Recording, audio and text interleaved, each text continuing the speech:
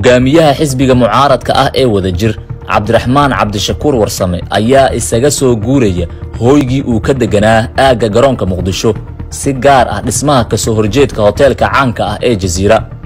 sida xogaha hordhaca aan ku helayno Master Warsame oo si adag oo gambasho aan lahayn u dhaliila madaxweynaha waqtigu ka dhamaaday ee Maxamed Cabdullaahi Maxamed Farmaajo ayaa kireystay guri ku yaala aaga dalcadda Cabdiqaasim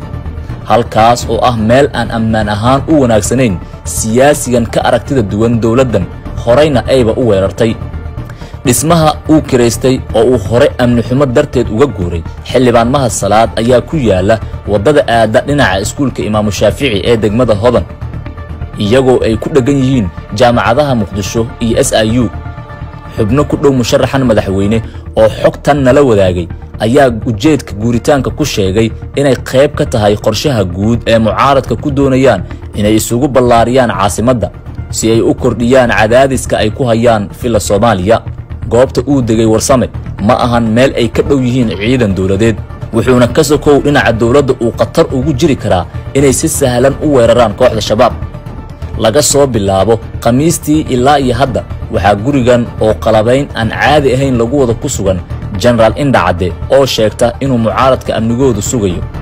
Cabdiraxmaan Cabdishakuur Warsame halka uu degay sidoo kale waa meesha ugu badan ay ka dhacaan qaraxyada la dhigo wadada dheer ee xiriirisa isgoosyada kilometer 4 iyo Kantarabuunka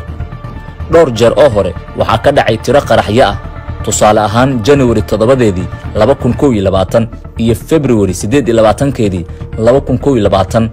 oo lagu kala weeraray saraakiil iyo sidoo kale gaadiid ciidan oo halkaasi marayay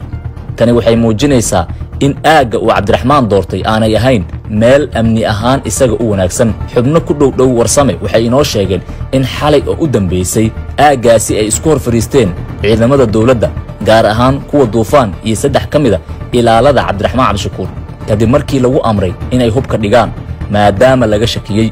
walow markii dambe xiisadaasi la xaliyay dhanka kale sida qorshuhu yahay siyaasiga ayaa lagu wadaa in uu xirto jid ay isticmaalaan dadka rayidka ah gaar ahaan wadada aada dhinaca iskuulka Imaam Shaafici ee degmada Hodan iyo jaamacadaha Muqdisho iyo SIU xiritaanka jidkaas waa caqabad kale oo hor leh oo dhalinyarta wax ka barata goobahaasi la darsaysa dhanka kale shalay ayay ahayd markii Cali Yare Cali oo ka tirsan nabad iyo nolol uu sheegay in musharaxiinta qaar aysan ku nabadgeli doonin goobaha cusub ay u guurayaan warkaas oo qayb ahaan u eg hanjabaad haddaba Cabdiraxmaan Cabdishakuur gurigan cusub ma yahay mid u wanaagsan naf ahaantiisa muxuu kala kulmi karaa qaybta hoose ee aragti wadaagga aan ku sheekaysan